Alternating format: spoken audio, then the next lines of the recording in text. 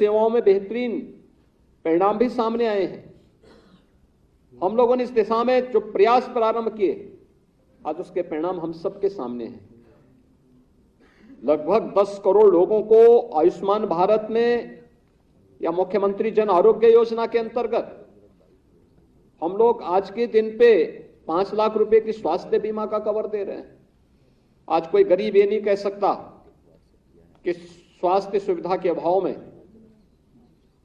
मुझे अपना उपचार कराने से वंचित रहना पड़ रहा है, क्योंकि चिकित्सक हमारे स्वास्थ्य के केंद्र हैं।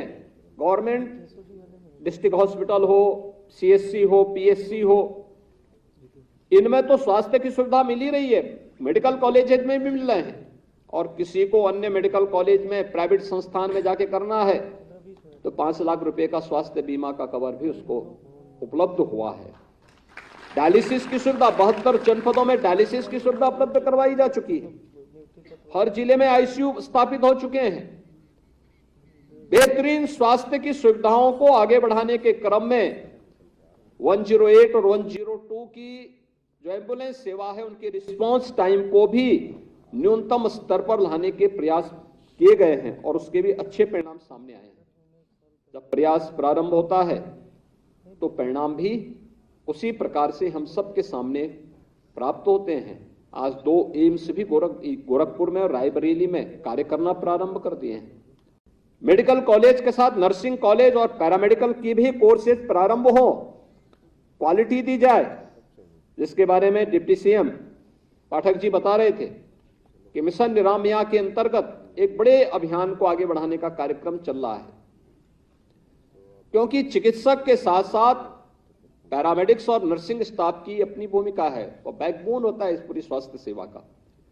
और इस देश से क्वालिटी सेवा वे दे सकें, इसके लिए एक औपचारिकता नहीं, बल्कि हम इस दिशा में भी बेहतरीन प्रयास कर सकें, यह एक प्रयास प्रारंभ हुआ है। और उसी प्रयास के क्रम में आज हम सब यहां पर हैं।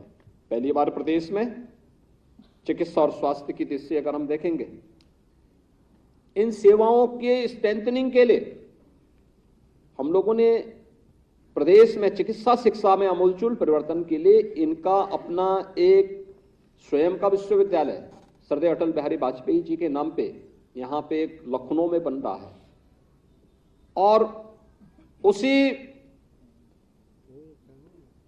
हमारी जो अटल मेडिकल यूनिवर्सिटी है, सभी प्रदेश के मेडिकल कॉलेजेस से एफिलिएटेड होंगे। उससे उसने कार्य करना प्रारंभ किया, युद्ध स्तर पर कार्य चल रहा है। जीवन में व्यक्ति के पास कितना भी धन संपदा आ जाए, कितना भी उसके पास वैभव आ जाए, लेकिन अगर उसका स्वयं का स्वास्थ्य उत्तम नहीं है तो उसके लिए इन सब का कोई मूल्य नहीं होता। हमारी परंपरा भी इस बात को कहती है कि शरीर माध्यम खलु धर्म साधनम, यानी जितने भी धर्म के साधन हैं ये सभी स्वस्थ शरीर से ही संभव हो पाएंगे। उत्तम आरोग्यता को प्राप्त करना, और आज तो ये मैं इसको महज संजोग नहीं मानता हूं, बल्कि ईश्वरीय कृपा से यह एक बहुत अच्छा वो है कि इसमें एलोपैथ के भी हैं तो आयुष से भी जुड़े हुए लोग हैं। एक साथ 2500 ऐसी नियुक्ति पत्र वितरण का एक कार्यक्रम हो रहा है और यह प्रदेश के स्वास्थ्य विभाग के उत्तरोत्तर वृद्धि और उसके सुदृढ़ीकरण होने की दिशा में एक शुभ संकेत है। पिछले 6.5 वर्ष के अंदर प्रधानमंत्री मोदी जी के मार्गदर्शन में, उनकी प्रेरणा से प्रदेश ने अपने स्वास्थ्य सेवाओं को बेहतरीन किया है। याद करिए 2017 के पहले के प्रदेश की स्थिति क्या थी। हर एक क्षेत्र में पिछड़ा हुआ था, पहचान का संकट था। विकास की बात तो दूर थी, पहचान का संकट था। आप में से बहुत सारे लोग ऐसे होंगे जो उस समय पढ़ते रहे होंगे, उत्तर प्रदेश से बाहर डिग्री लेने के लिए जब गए होंगे तो अपना नाम छुपाने के लिए मजबूर रहे होंगे, अपने गांव का नाम, अपने जिले का नाम, अपने प्रदेश का नाम छुपाने के लिए मजबूर रहे होंगे।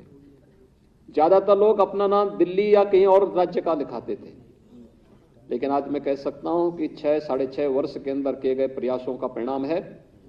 आज कोई उत्तर प्रदेश का नाम छुपाता नहीं है, जो नहीं भी होगा वही बोलता मैं उत्तर प्रदेश का रहने वाला हूं। इस दौरान हम लोगों ने उत्तर प्रदेश के अंदर कुछ कदम उठाए हैं, कुछ कार्यक्रम भी किए। अब याद करिए 1947 से लेकर के 2017 तक इन 70 वर्षों में केवल 12 मेडिकल कॉलेज प्रदेश में बन पाए थे।